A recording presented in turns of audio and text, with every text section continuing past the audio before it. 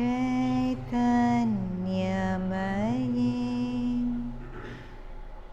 Satyamayi Parame Anandamayi Chaitanyamayi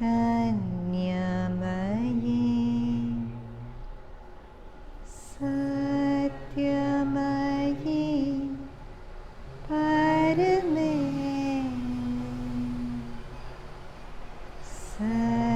Satyamayi Parame Satyamayi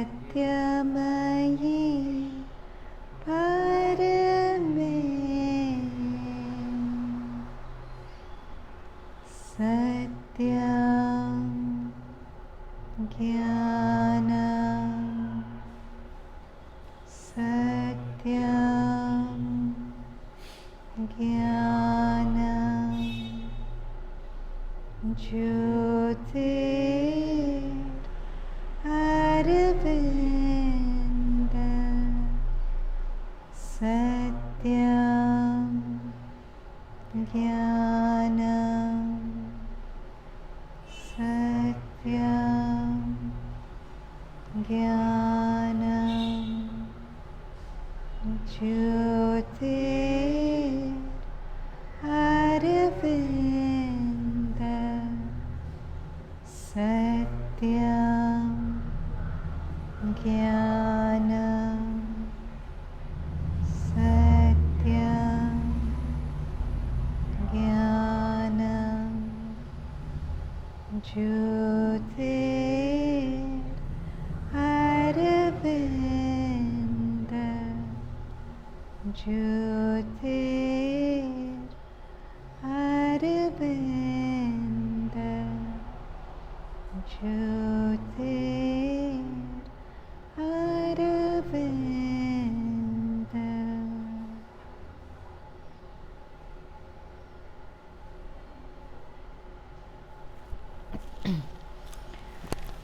The question is, what really is it in us that ever hurts? What is that thing in us that hurts? Our sense of I, right?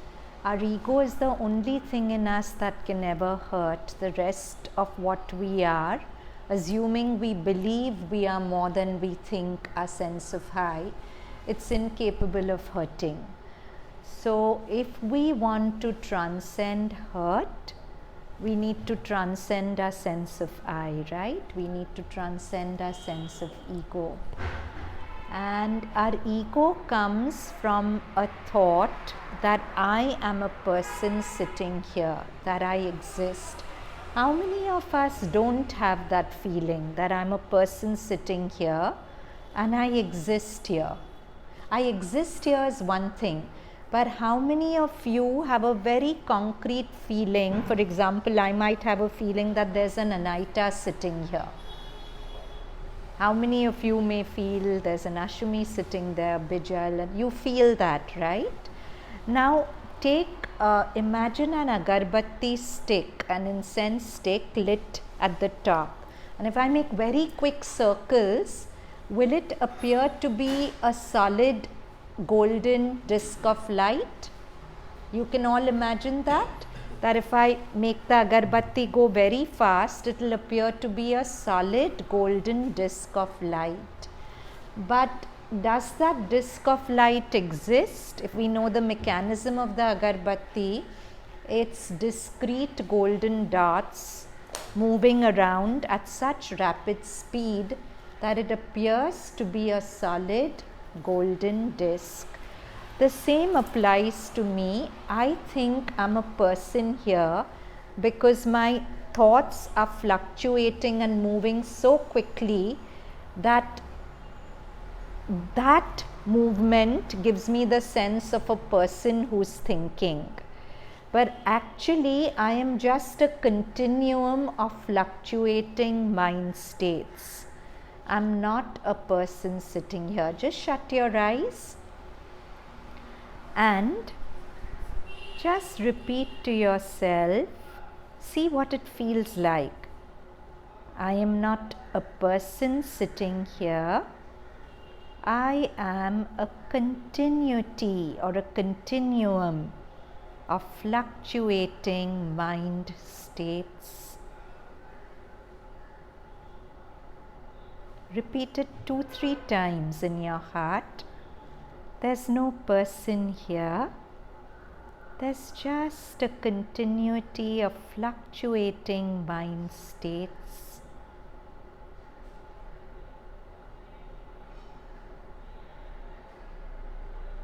What does it make you feel when you say that? Anyone?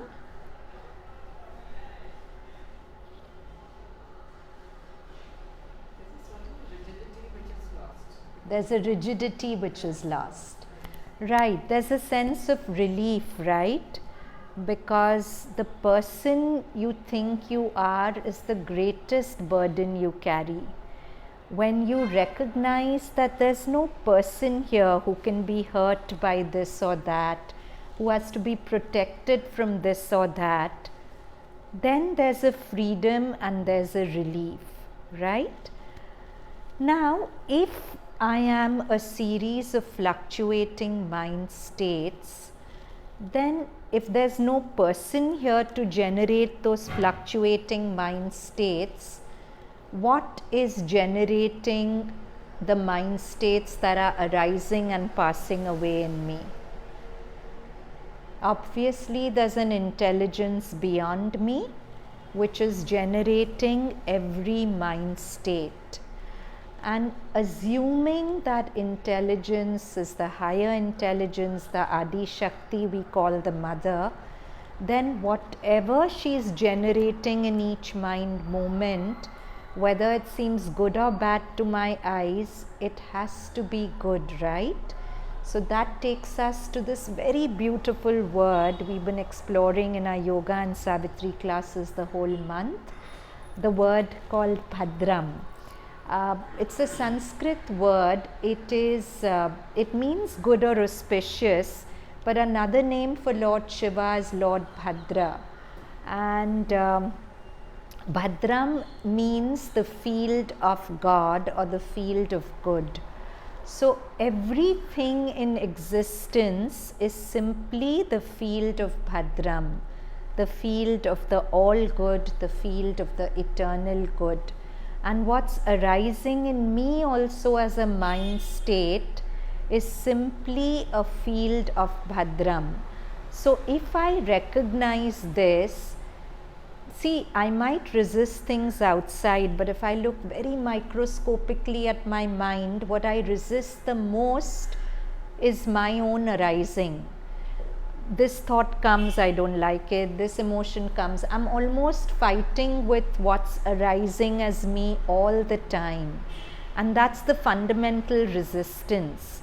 So instead of fighting with that, instead of resisting that, if I just soften and keep repeating Bhadram, Bhadram, Bhadram, whatever is arising is a streaming of the mother, it's a streaming of the Adi Shakti. And I stop fighting with it. And then I'll realize that there's no me here to fight with. The I am fighting with itself, I'm fighting with a phantom. I cannot win a war when the opponent is a phantom, right? So, the more I'm in the field of Bhadram, the more self-regard diminishes. The more I'm connected to my sense of I, the more there's self-look, self-regard, self-interest, what will happen to me, what will not.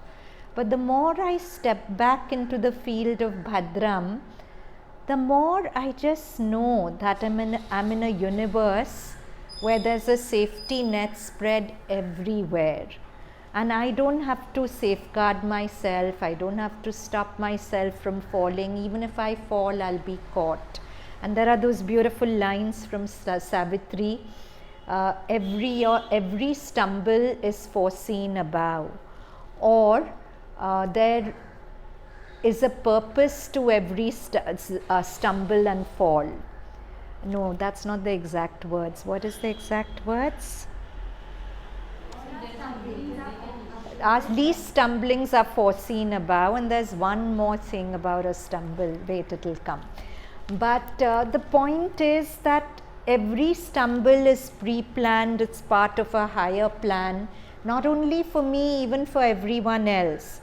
And if that is the case, then I don't have to keep protecting myself, and the energies that get locked into protecting myself and resisting all that threatens are freed up to just observe the I arising and passing away as every mind moment, and I observe it through the field of Bhadram, the all good. Whatever is arising is good.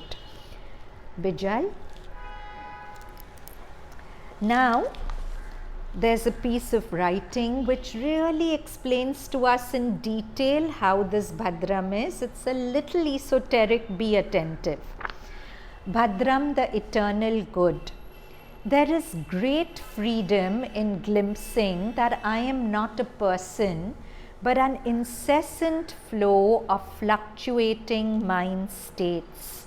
The world is not out there. It arises in me as quicksilver mind states. For example, say right now Trupti is part of the Jagat, the world I'm seeing.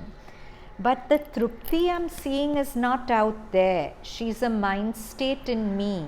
The moment I see Trupti, pleasant, unpleasant, neutral, this will arise. So what's arising is in me. It's not out there. So the world is arising as fluctuating mind states in me. The person perceived outside me is actually a mind state inside me. Do you get this? There's great depth to this sentence. The person perceived outside me is actually a mind state inside me. When I look at Isha, I'm not seeing the reality of Isha. I am seeing my whole narrative about Isha from the past. She arises as a mind state in me. The perceived object person changes when the perceiver changes. For example, if I'm in a space of Bhadram and I see Isha or Shivani or Nash, I'll just feel very happy seeing all of them. If I'm in a mind state where I've had a fight, I'm not unhappy, I'll see Isha and I'll tend to maybe think of something I don't like in her. The same Isha will appear different to me when I am different. Do you get that? So, the perceived object person changes when the perceiver changes.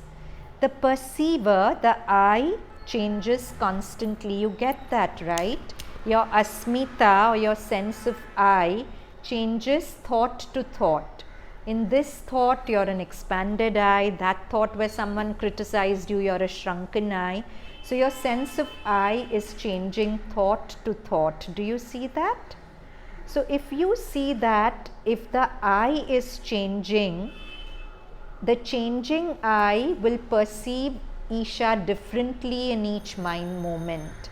The object will change in each mind moment as the subject changes. So, as the Buddha said, the subject and object arise as one unit and pass away as one unit. It's a beautiful thing the Buddha has said. The subject and object arise as one unit. The Anahita, who's maybe in a state of Bhadram, and the Bijal, who's perceived as lovely when Anahita is in that state of Bhadram, are one unit of consciousness. They arise as one unit. When another Anahita, which is disgruntled, arises, another Bijal, which is lacking, will arise with that unit of Anahita. So the subject-object arise together and pass away together. Right? That's what the Buddha said.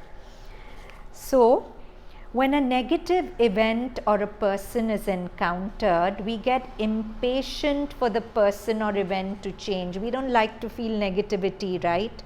We don't like to feel pain. We are thinking, when will this, I was waiting for you, when will this painful thing in me pass away? That keeps arising in me, right? So, when a negative event or a person is encountered, we get impatient for the person event to change. However, it's not about waiting for the person or event to change, as the person or event does not exist. So, suppose I am annoyed with a person A. I'm waiting for that person to apologize, or I'm waiting for the annoyance to pass away. But that's where I'm going wrong, because the person does not exist. How can something that doesn't exist pass away? I don't exist. So it's more about recognizing that I should wait for this mind state to pass away. There's a very subtle distinction, and it can be very liberating if you get it. Instead of waiting for the person to pass away, or very often my unhappiness is because I don't like myself. Instead of waiting for the inadequate me to change, it's good to recognize that I am waiting for the fluctuating mind state to change, because the person doesn't exist. Are you all with me so far? Please ask questions, because if you lose the thread, there's no point going ahead. You all are all with me? Okay. So, it says, however, it's not about waiting for the event or person to change, as the person event does not exist. The person event too is a mind state in me. It is more relevant to recognize and watch the mind state of dislike as it arises and passes away, following the flow of anicca, impermanence of the Buddha. The Buddha said every mind state arises by its own momentum and passes away by its own momentum. So it's pretty silly to wish away something that's anyway going to go. It's equally silly to stay attached to something that's going to pass. So every mind moment is changing and is going to pass. If the person, I'm kind of confused about it. Can I finish this? Hold your, okay, maybe ask. No, so the thing is, if I don't exist, you don't exist, we don't exist, then who feels the pain and who feels it? The phantom feels the pain. That's what I said. The only thing in you that ever hurts is your ego. The ego is a phantom. So the phantom is feeling the pain. And the moment you recognize that it's a phantom feeling the pain, you're pain free. But it's a process to recognize that. Yes? So what do you mean when you say that the person doesn't exist, because the soul does exist? Soul exists, but you don't know the soul. You only know the person. So what you know of the person is not the reality of the person. The state of the person may be a reality, though. The state of the person appears, it's like this. You see the curtain fluttering over there and you're convinced there's a ghost. Your mind can even play illusions on you where you see a person there, and for you that ghost is very real. But if you go close to the curtain, you'll see that it's just the wind making the curtain flutter. So you've understood the mechanism of wind, and so the ghost is not there, your fear is not there. Vedanta, Atma Vichar is self-inquiry, which helps you the mechanism of the ghost of you arising, so that whatever negativity you feel towards it or with it is dispelled. So it's like your perception of the person.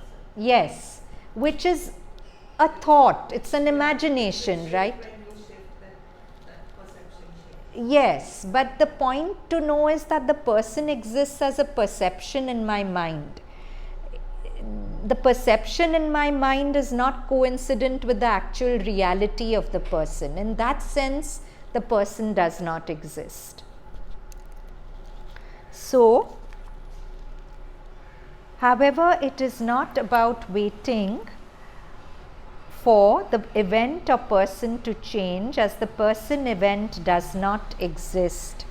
The person event too is a mind state in me.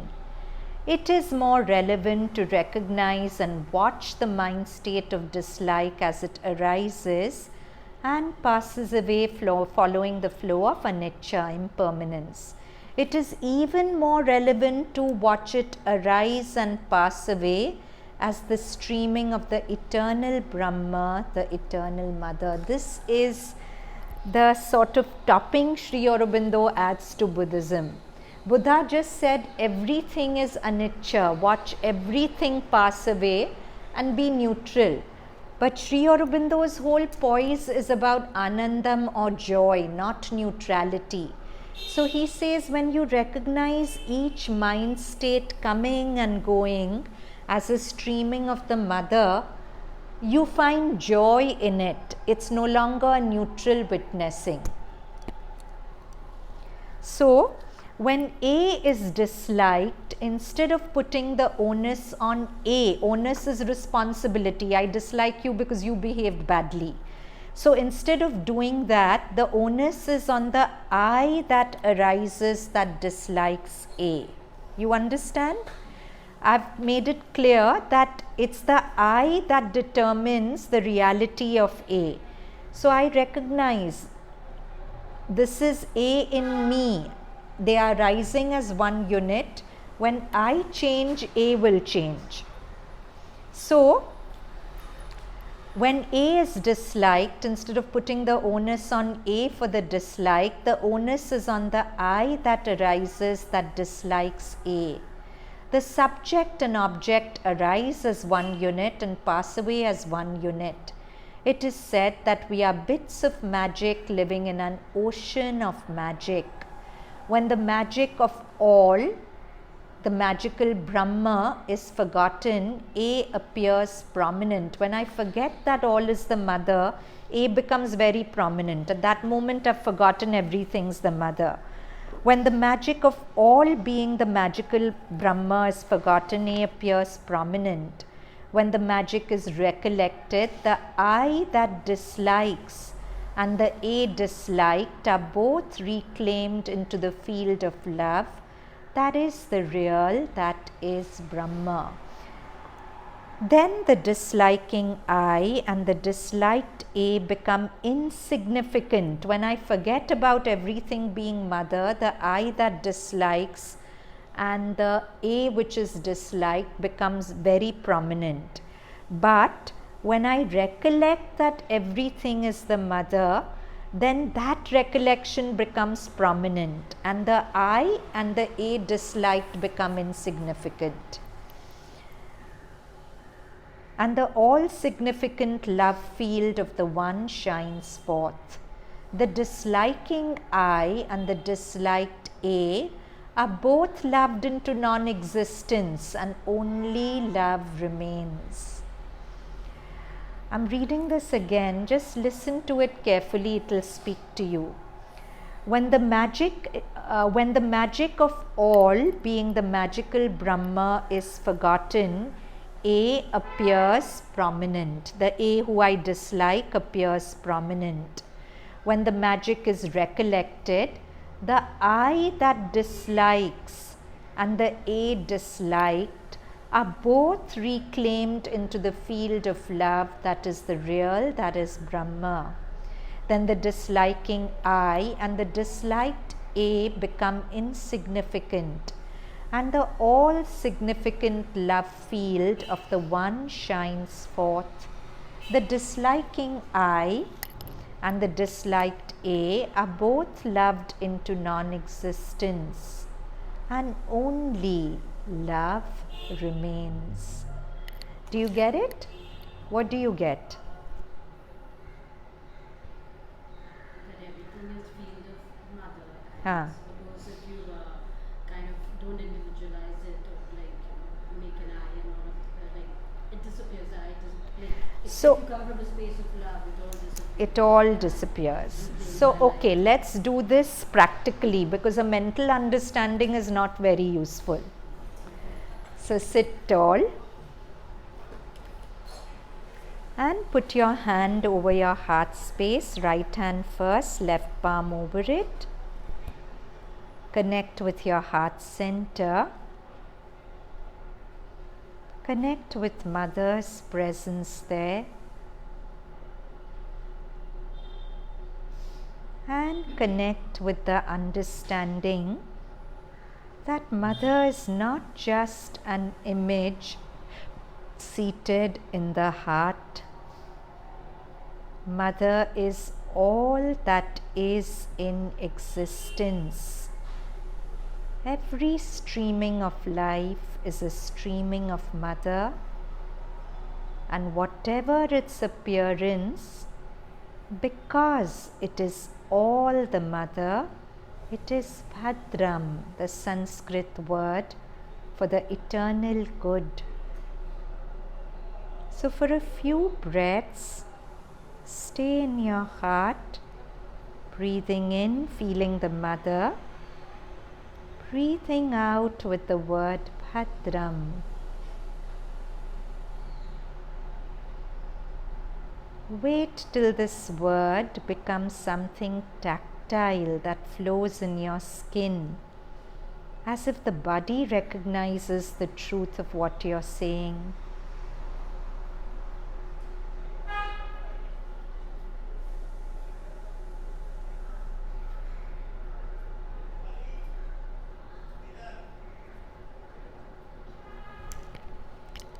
And then, as if you can speak to whatever arises in you with this poem which I'm reading out. The you here is Mother. You trickle in, now this wave of desire, then this prickle of recoil, now this turbulence of restlessness, then this panacea of peace. You come in an eternal arrival. You're arriving all the time, so you come in an eternal arrival. And this heart, forever in throes of an eternal thirst, flings open its doors to you. Come, beloved, wear any dress, wield any tool.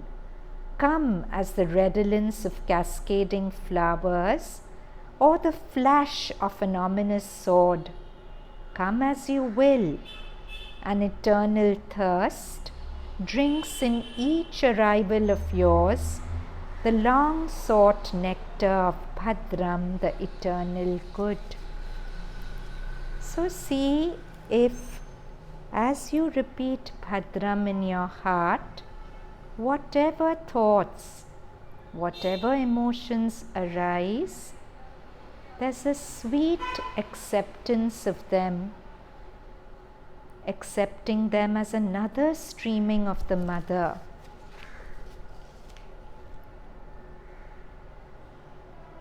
You can't do this with your mind, do it with the heart intelligence.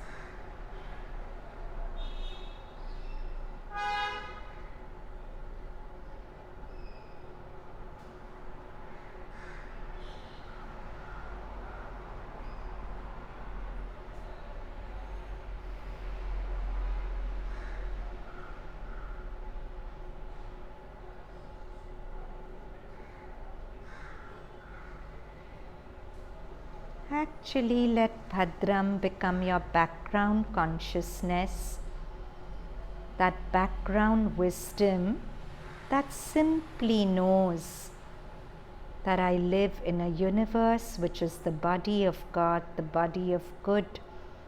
Everything that happens here is perfectly timed and perfectly in place.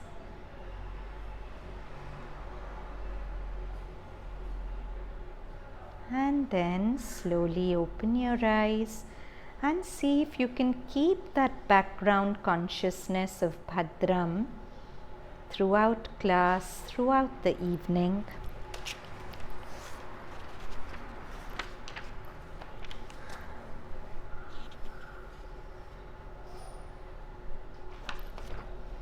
So,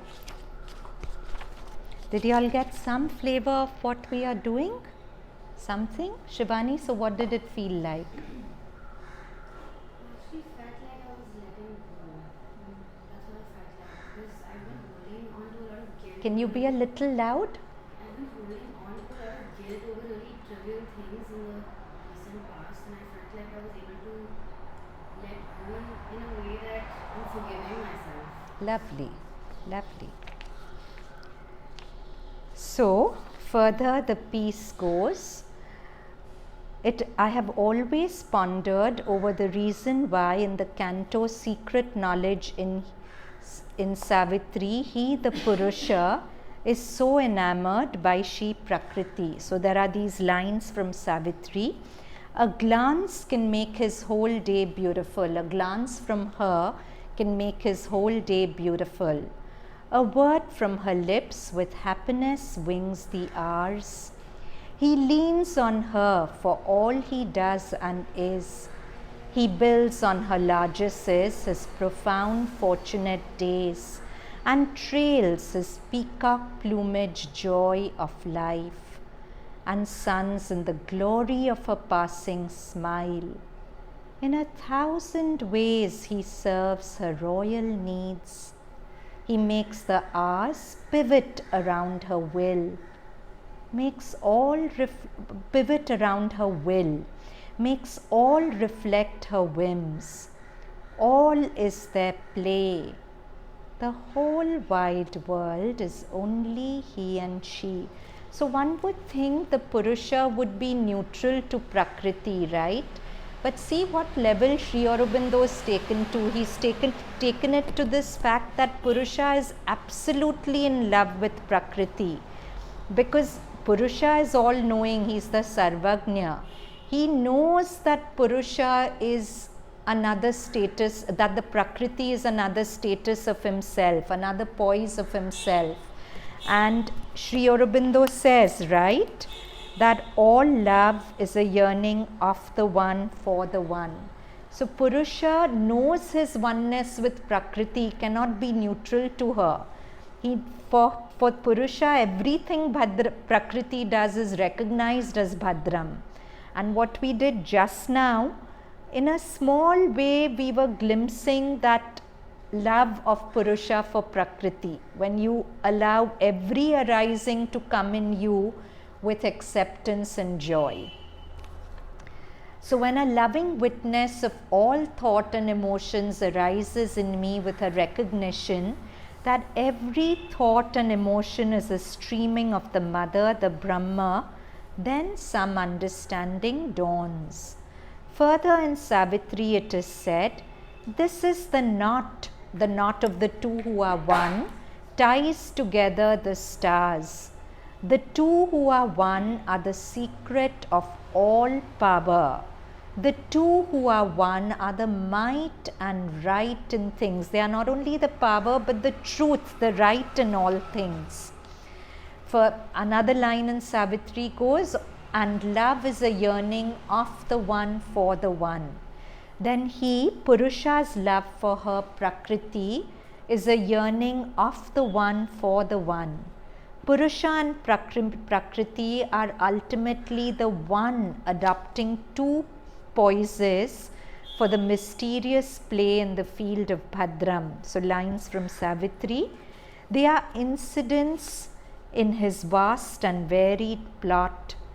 His great and dangerous dramas needed steps. So we've missed out the first two lines. If brutal masks are there and evil acts, they are incidents of his vast and varied plot. His great and dangerous dramas needed steps. He makes with these and all his passion play. A play and yet no play, but a deep scheme of a transcendent wisdom, finding ways to meet her Lord in the shadow and the night. So we've said that let's realign the thread of our logic. We've said I'm not a person here, I'm a continuity of fluctuating mind state. Each mind state is a play of Purusha and Prakriti, right?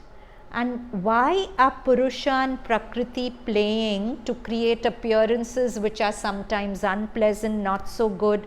So he says, if brutal masks are there and evil acts, They are incidents in his vast and varied plot. His great and dangerous dramas need its step, a play, it's their play. But yet no play. A play is just for entertainment. This is not for entertainment. This has a purpose. A play and yet no play, but a deep scheme of a transcendent wisdom, a wisdom I can't understand, finding ways to meet her Lord in the shadow and the night. This earth is a field of shadow and the night. And the supreme wisdom wants to find her Lord in earth, not just in a distant beyond. So this whole play. And what is this play all about? Savitri, lines in Savitri answer, there is a plan in the mother's deep world whim, a purpose in her vast and random game. This ever she meant since the first dawn of life. This constant will she covered with her sport, with her play. What is that will? What is the meaning in the mother's deep world whim? To evoke a person in the impersonal void. She wants to create this illusion of a person in the impersonal void.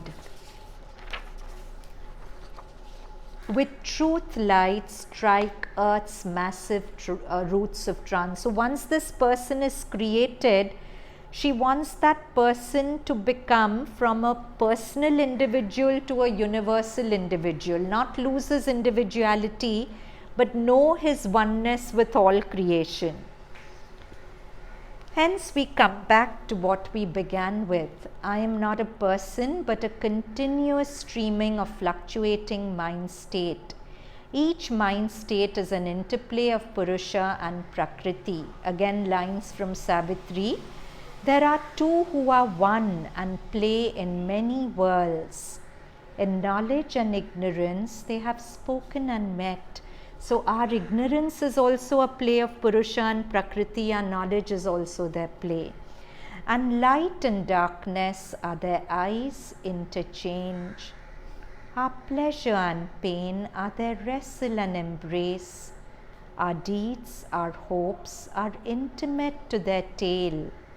They are married secretly in our thought and life. These are finally two statuses. Purusha and Prakriti are the two statuses of one God intelligence working out the evolutionary good, Bhadram. So, is it clear? Any questions? Okay, so we continue. Mother's words. Shocks and trials always come as a divine grace to show us the points in our being where we fall short and the movements in which we turn our back on our soul by listening to the clamor of our mental and being and vital being. If we know how to accept these spiritual blows with humility, we are sure to cover a great distance at a single bound. So, Alok in one of his recent talks, shared a very beautiful story. He said that once Vishnu came down to earth because his devotees were calling him, and Lakshmi kept calling him back, but he refused to come because he was totally engrossed with his creation. He's the preserver. So Lakshmi ji appealed to Shiva, and Shiva said, if I just tell Vishnu, he's not going to come out. So Shiva put on a disguise as Vishnu's enemy and challenged Vishnu. So Vishnu started fighting Shiva, and each time Shiva increased the level of challenge. So each time Vishnu had to rise up a little more to fight him. Then at the final summit, Shiva took out his Trishul and Vishnu took out his chakra, and that's the point when Vishnu was pulled back to Vaikuntha. So this is a metaphorical story that when we are enmeshed in earthly consciousness and we are not really looking for something more, then in the field of Bhadram, that same Lord Bhadra is the name of Shiva, right? Puts on different disguises, challenges us, throws difficulties our way, so that from us better and better weapons of consciousness come out, till we finally climb to where we have to go. So whenever difficulties come, we need to look into ourselves.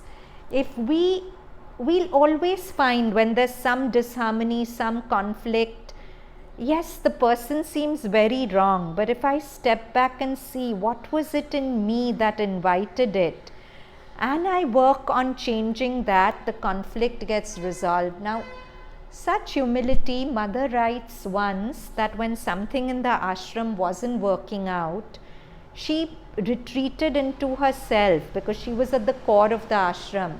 And she said, there's something in me that needs to be corrected. And she said the moment she corrected that, outer ashram life got corrected. So that's the work we have to constantly do. See, we are living in a universe which is all good, where something out there is infinitely busy with our well-being and our growth. So if something goes wrong in our life, instead of recoiling, instead of fighting, instead of hating life, hating myself, it's so beautiful. Make Mother your role model to go into yourself and say, yeah, why did this happen? Because there was this greed in me, or there was this egoism in me, and I correct that, the outside gets corrected. Then that incident which I felt was bad, actually I see it was still a part of Bhadram. It always was, I just didn't see it that way.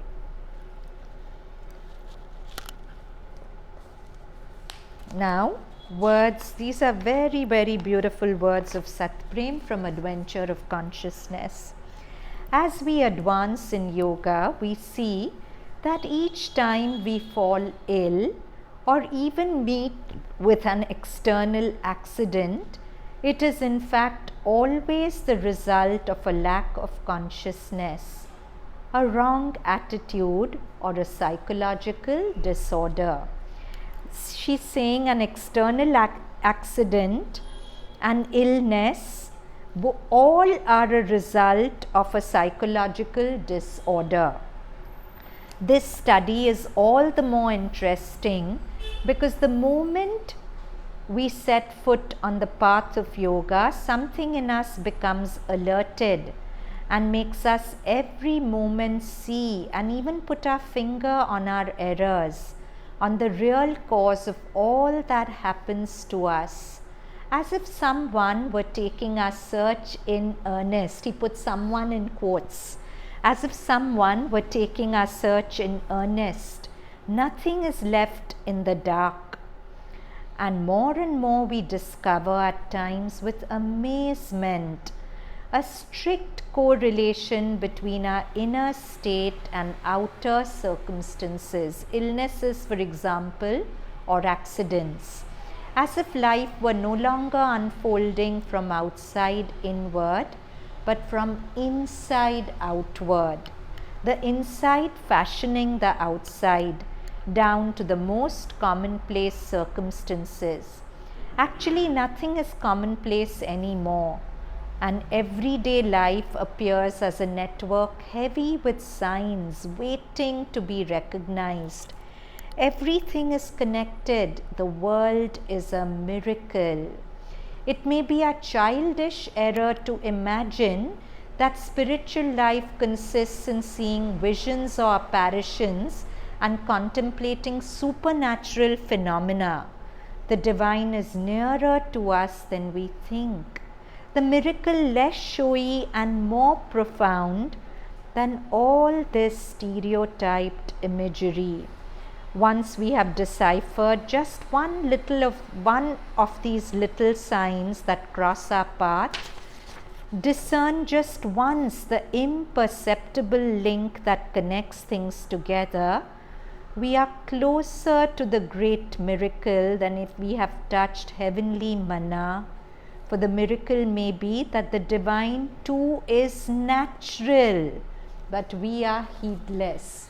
We feel the divine has to be an unnatural miracle, But everything in life is a miracle.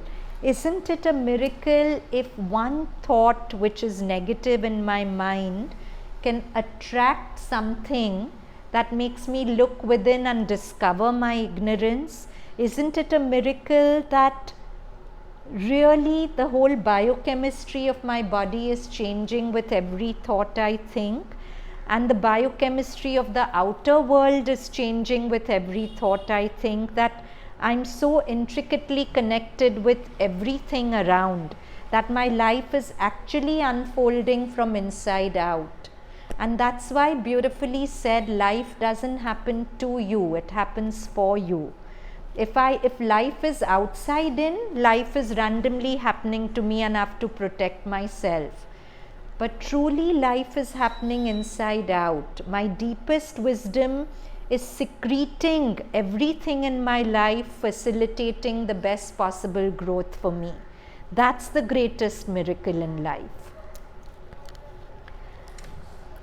Thus the seeker becomes aware of this reversal of the current of life from inside outwards.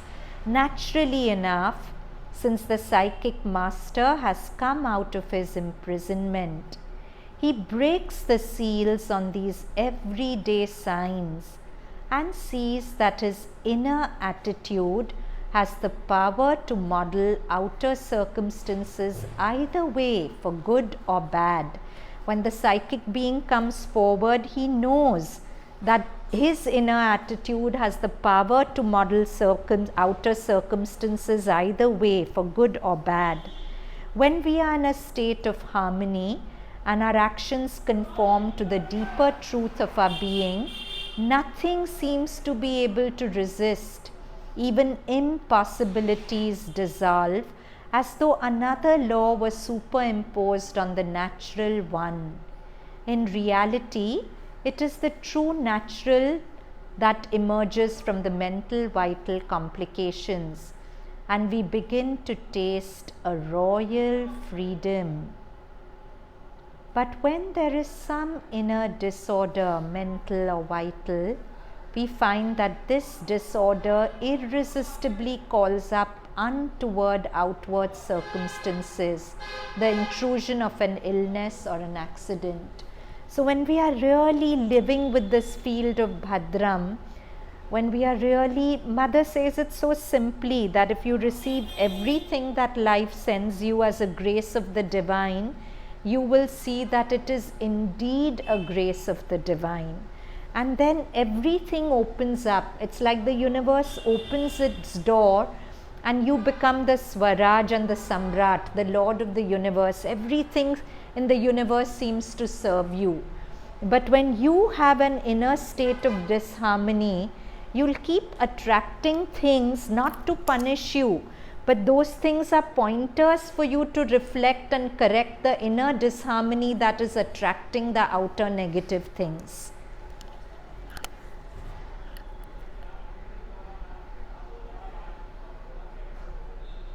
We begin to taste a royal freedom. But when there is some inner disorder, mental or vital, we find that this disorder irresistibly calls up untoward outward circumstances, the intrusion of an illness or an accident. The reason for this is simple. When our inner state is bad, we emit a certain type of vibration that automatically calls up Bijal and contacts all other vibrations of the same type.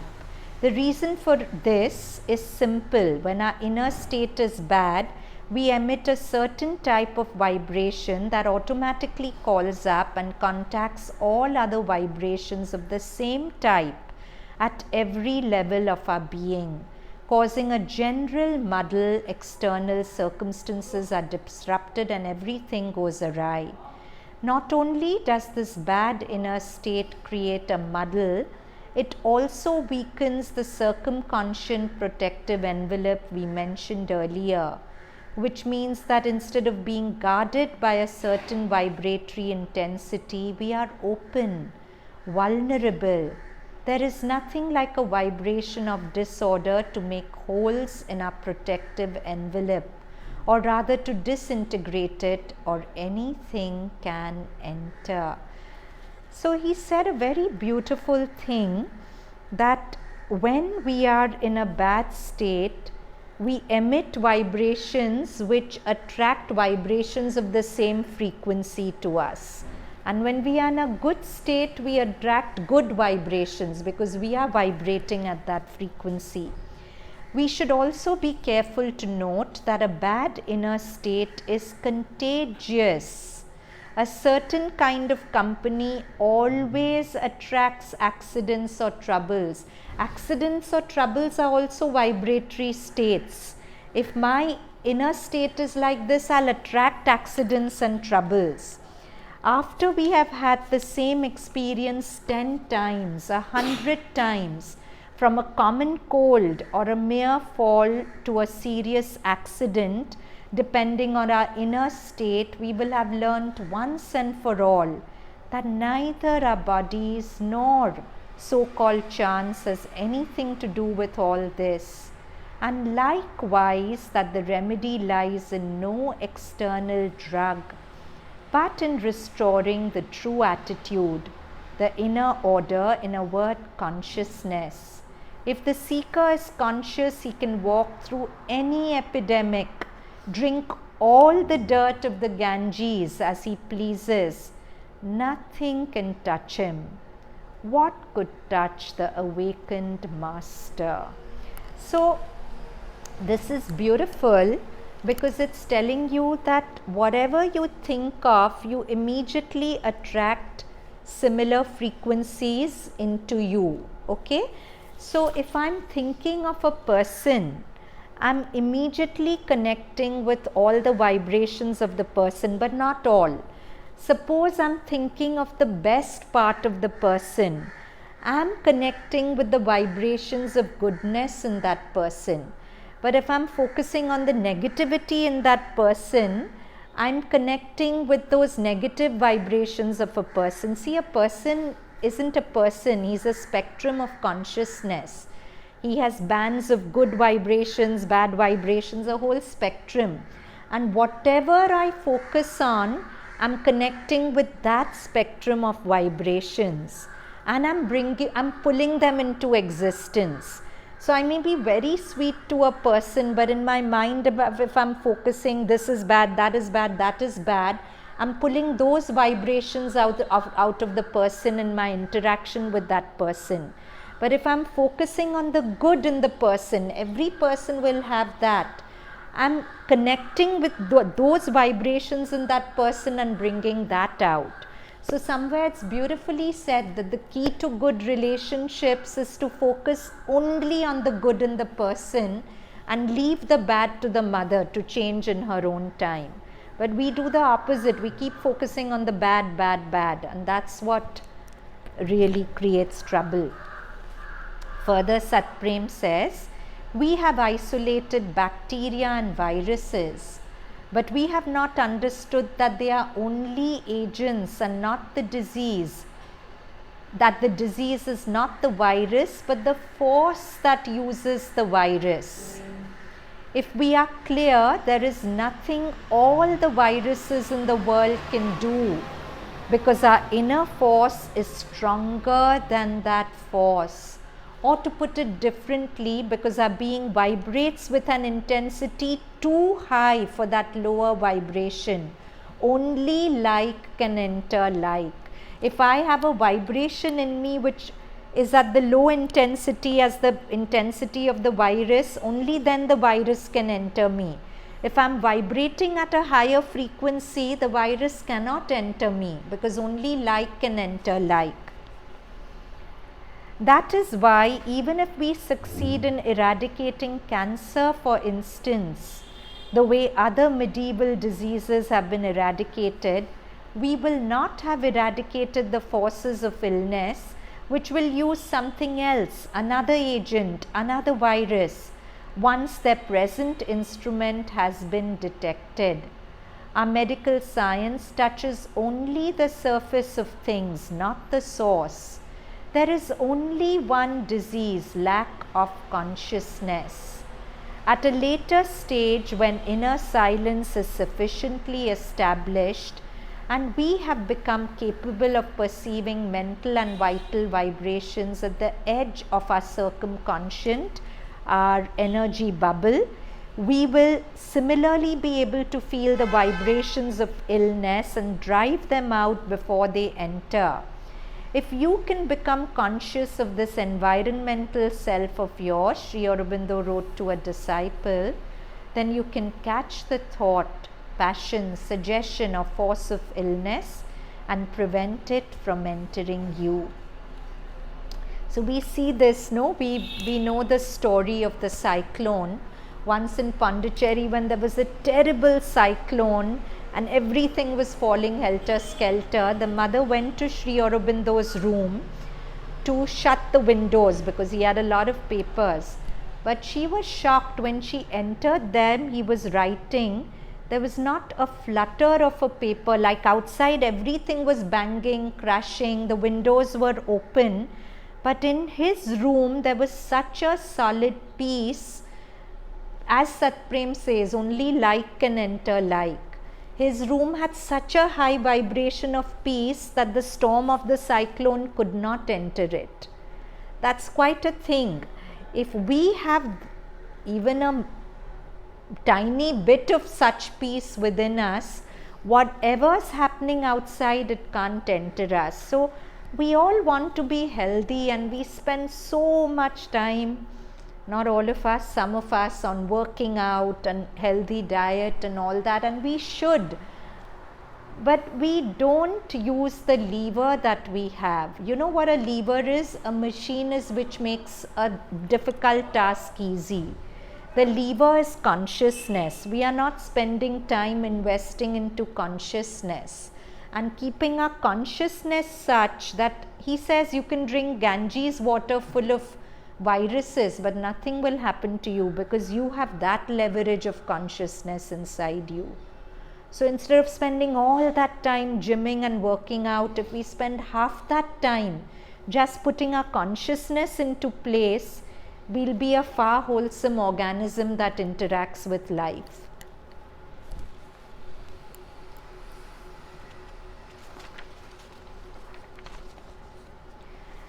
Further, Satprem says, because we see only 1 second of eternity at a time we are seeing only 1 second, this second, then the next second, then the next second. And this second fails to contain all that we would wish to see and have, we complain and declare that this world is not well made. But when we emerge from our second and enter the totality, everything changes. We see perfection in the making. This world is not finished. It is becoming. It is work in progress. It is a progressive conquest of the divine, by the divine, for the divine. So beautiful. The world is a progressive conquest of the divine, by the divine, for the divine, so as to become the endless more that we must be. Our world is an evolution, and evolution has a spiritual meaning. A line from Savitri, I think he's quoted, Earth's million roads struggled towards deity. Deity is the divine. Earth's million roads struggle towards deity. So now these lines from Savitri. When darkness deepens, strangling the earth's breast, and man's corporeal mind is the only lamp, and that's happening, right? We kind of see, Savitri is actually prophetic. Sri Aurobindo said, I'm not a philosopher, I'm a seer. I write what I see. So many places he's written these wonderful things like only were they safe who had God in their heart. And we see that sometimes we can be so eternally grateful that we found the mother when we see the kind of unhappiness people who haven't found an anchor are plunged in. And the terrible things that keep happening to their life. Why? Because we've just said like attracts like. They are not taking the trouble to raise their frequency to a point where these negative things cannot enter their life. And basically, God in your heart is consciousness on your side. So these things are so true. When he says, when darkness deepens, strangling the earth's breast, we see it happening, no? So much darkness, so much misery, so much helplessness in people around. When darkness deepens, strangling the earth's breast, and man's corporeal is his material mind, is the only lamp. As a thief's in the night shall be the covert is hidden tread of one who steps unseen into his house. We won't even know when God comes in. A voice ill heard shall speak. My mind can't hear the voice, but the soul will obey. My mind will not listen to God, but the soul will obey. A power into mind's inner chamber steal. A charm and sweetness open life's closed doors. And beauty conquer the resisting world. Beauty of seeing everything as the miracle of God, everything as Bhadram, conquer the resisting world. The resisting world is not out there, the resistance is in our mind when we isolate the world from God. True witnessing is not just witnessing thoughts and emotions. True witnessing is witnessing thoughts and emotions as Brahma, as streaming of the mother. So true witnessing has a quality of love and sweetness to it. It's not neutral, it's not dry. So, and beauty conquer the resisting world. The truth light capture nature by surprise. A stealth of God compel the heart to bliss, and earth grow unexpectedly divine. In matter shall be lit the spirit's glow. In body and body kindled the sacred birth of their God nature. I think in the Rig Veda, there's a beautiful line which says, as if the dead had come alive. When we haven't discovered our psychic being, we are like the living dead. When we discover the psychic being, it's like the dead had come alive.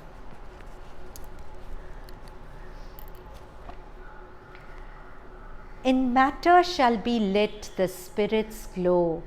In body and body kindled the sacred birth.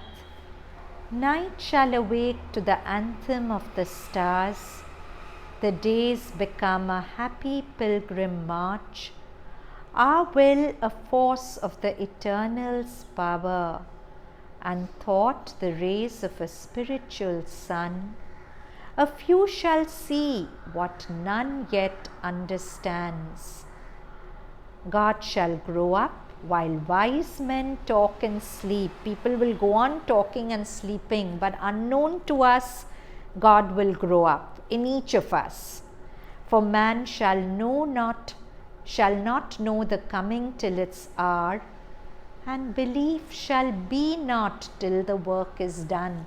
Even us who are so given to Mother and Sri Aurobindo, sometimes when we look at the world, we say, really, this man is divine? Really, he has a supramental future? How is it possible? But Sri Aurobindo is saying, belief shall be not till all the work is done. So I'll just read these lines, just feel them in your heart. They are very beautiful lines. They can kindle great hope.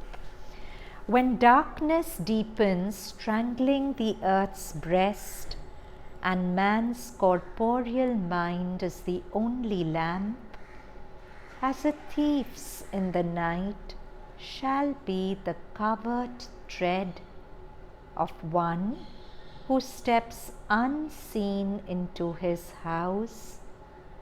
A voice ill heard shall speak, the soul obey.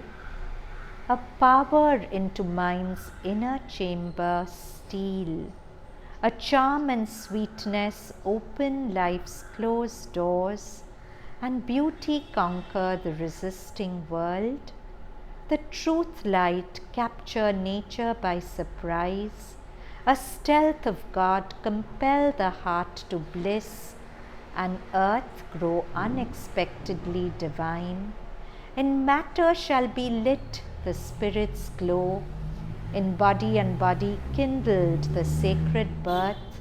Night shall awake to the anthem of the stars, the days become a happy pilgrim march, our will a force of the eternal's power, and thought the rays of a spiritual sun. A few shall see what none yet understands. God shall grow up while the wise men talk and sleep, for man shall not know the coming till its hour, and belief shall be not till the work is done. We come to Adventure of Consciousness again. Human knowledge, he wrote, he is Sri Aurobindo, throws a shadow that conceals half the globe of truth from its own sunlight. How very beautiful. He's taken the metaphor of the earth. When the sun is shining, half the earth is lit and half the earth has night. So he's saying human knowledge, Sri Aurobindo says, throws a shadow that conceals half the globe of truth from its own sunlight.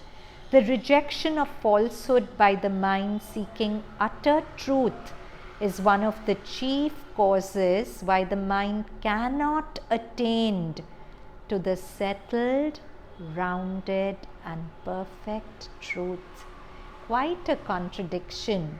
He's saying when we reject falsehood, when we see something ugly and we'll say, I won't go there, it's one of the chief causes why the mind cannot attain to a settled, rounded and perfect truth. I'll remind you of the story I told you a few Savitri classes ago of how a man had two sons in the Bible. This is a story from the Bible. One was very obedient, one was a rascal, he ran away, he squandered all his father's wealth, and then finally he came back. And when the father got the news that his prodigal son, the famous prodigal son, has come back, he gave a big party to welcome him, and the first son felt very upset. He told his father that I have obeyed you and served you all my life, but you seem to love this other guy more. So the father said, this guy is more precious to me because he's gone through darkness and come back to light. If we don't go through darkness and we stay only in the light, we don't have a roundedness to us. We don't have a rounded truth to our being. Therefore, we are taken through all the darknesses to give our truth and our existence a more rounded wholeness. If we do away with all that is crooked, and God knows this world is full of errors and impurities, we may arrive at some truth, but it will be an empty truth. We won't be able to really relate to the world because the world is made up of opposites. If we are only at one end and don't touch the other pole, we are only touching half of existence, half of life. The practical beginning of the secret is to first become aware, then to see that each thing in this world, even the most grotesque or far-wandering error, contains a spark of truth, Bhadram, beneath its veil. Because everything here below is God, moving on in search of Himself. So you apply this to yourself. You sometimes feel God has His favorites, those who have no problems in life. But maybe you, with all your problems, are dearer to God than what you think are His favorites. Maybe each of you is the prodigal child who will be welcomed by that consciousness with a consciousness party because you've taken on yourself the burden of going into darkness and bringing light to it. For error is really a half-truth that stumbles because of its limitations. Often it is a truth that wears a disguise in order to arrive unobserved near to its goal. So beautiful. Error is truth that wears a disguise in order to arrive unobserved near its goal. If I want to reach somewhere and I don't want to be seen, I'll hide myself. So very often the mistakes I made is a divine truth concealing itself to take me where I need to go. In Savitri there's a line, our errors are his steps upon the way. If a single thing in this world were totally false, the whole world would be totally false. Thus, if the seeker starts his work on this premise, a positive premise, and rises degree by degree, each time accepting to go through the corresponding degree below without cutting out anything, so as to deliver there the same light hidden, Bhadram, behind every mask, in every element, even in the darkest mud. That's what we were doing. Even in our most negative mind state, there is a hidden truth. There's the light, there's Bhadram. The most grotesque error, the most sordid evil, he will gradually see everything grow clear before his eyes, not theoretically but tangibly, and will discover not only summits but vast abysses of truth.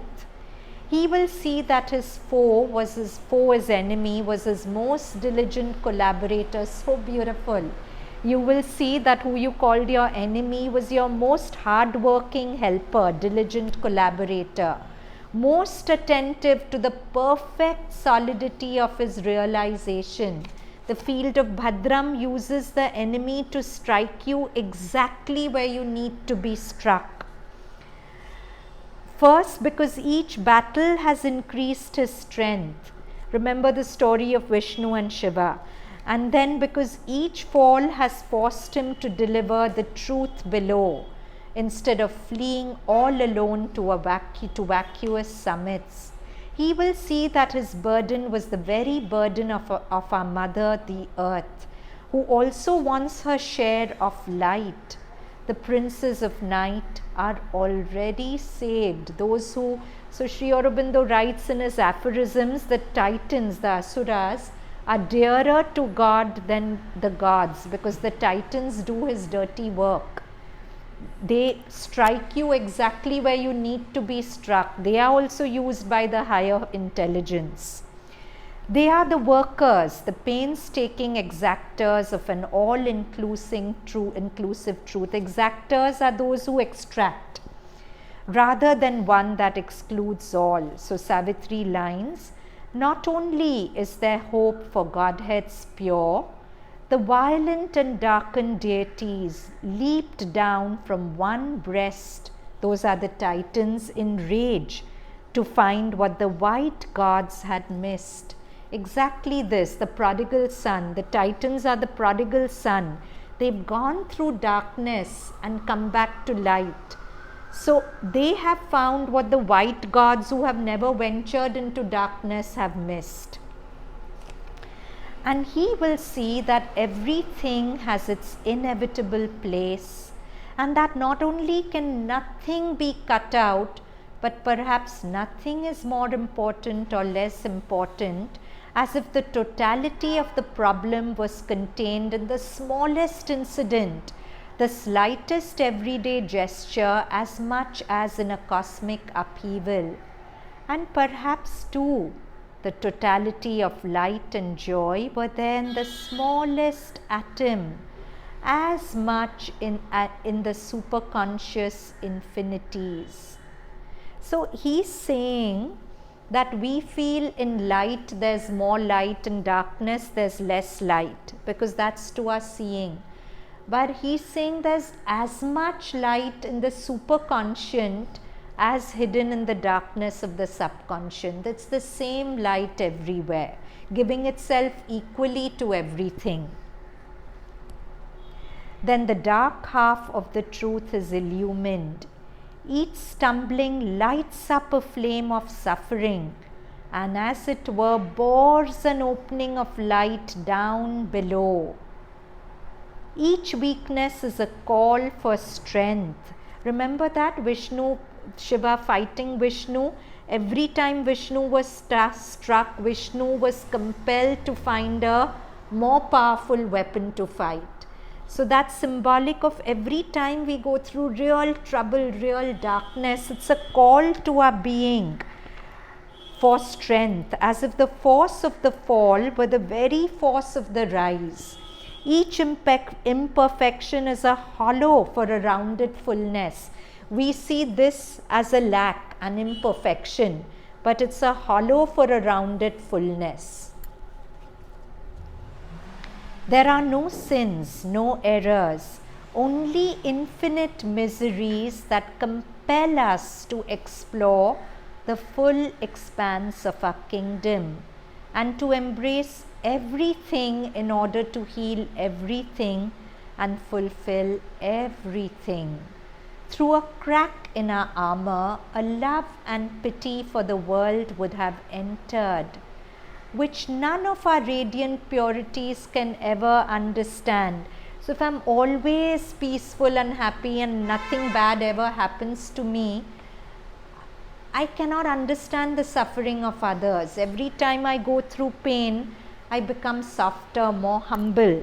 So that is the crack in our armor. A love and pity for the world have entered, which none of our radiant purities can ever understand.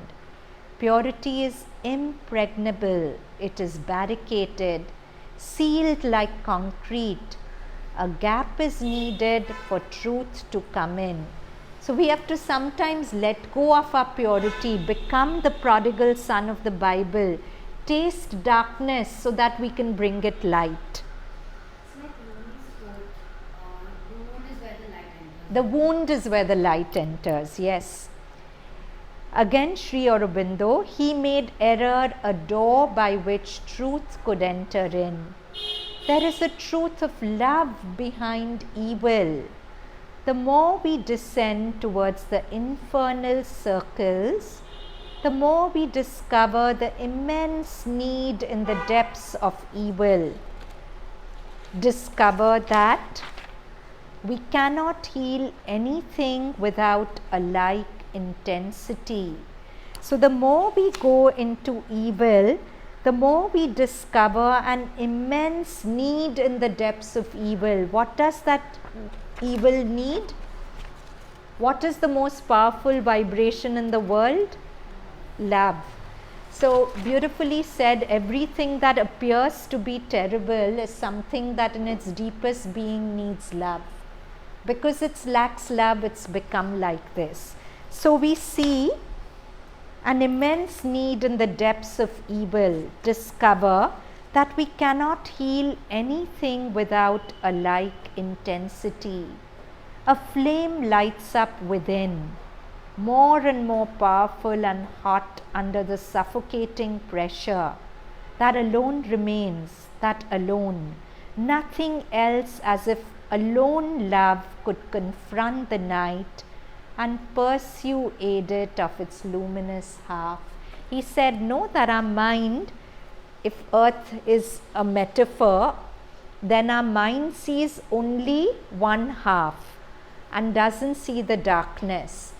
But the darkness compels the birth of love inside us, which lights up the darkness to see the light which is already in the darkness. So in Savitri there's a line, all darkness is a magic of self-hidden light. The light has hidden itself in that darkness for its own purposes, to bring this out in you. As if, so Savitri is this whole thing, this dialogue of love and death. Death is darkness, it's negation. So that's what Satprem is talking about here.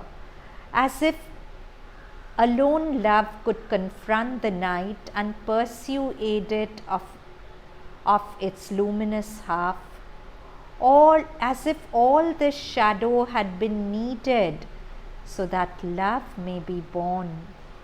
In truth, at the heart of every shadow and every evil of ours, there's an inverse mystery. What is that inverse mystery? All darkness is a magic of self-hidden light.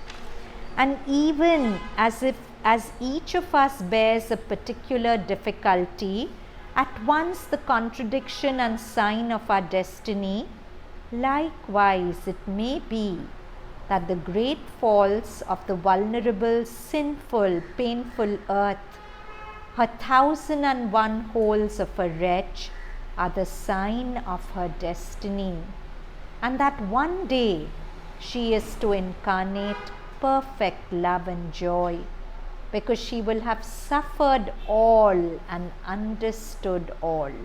So that is, there's this beautiful line in Savitri, and justify the light on nature's face. Normally we see nature so fallen, so it doesn't deserve light as if, but because there's this whole evolutionary process, justify the light on nature's face. So we don't have to shrink when we come across weaknesses in ourselves, weaknesses in others. So beautiful to receive everything in the field of Bhadram, the field of love, that this too is a streaming of the mother. If it has come, it must be good. Instead of reacting, let me embrace it. Let me see where it leads. And if we live like that, our whole vibrational frequency shifts, and then everything outside falls into place. So we stop here. Any questions? Any observations? So what will you take from this class into your life? How will you bring it into your life?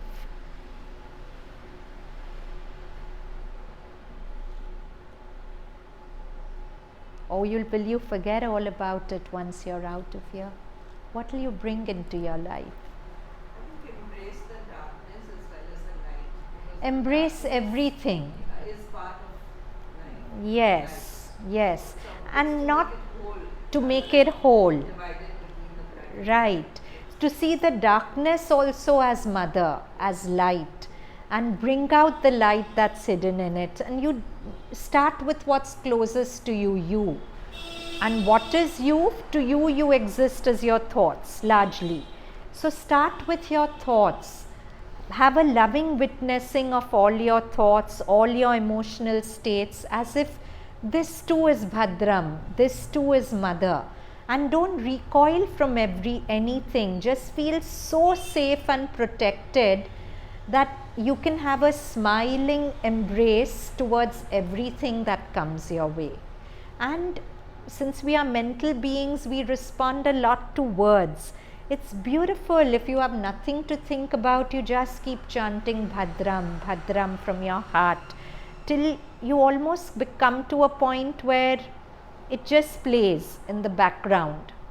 Like very often a song you've heard very often keeps playing. No, that's a distraction. But how beautiful if the song is Bhadram, constantly reminding your consciousness, don't get fooled. It's just light wearing this mask. And if it's come to you as darkness, it's to help you see a pocket of darkness in yourself. Once you've seen it, it will shed its mask.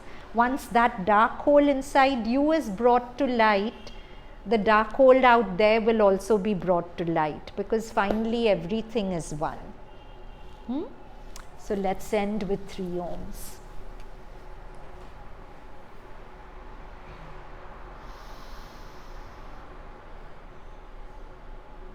Mm.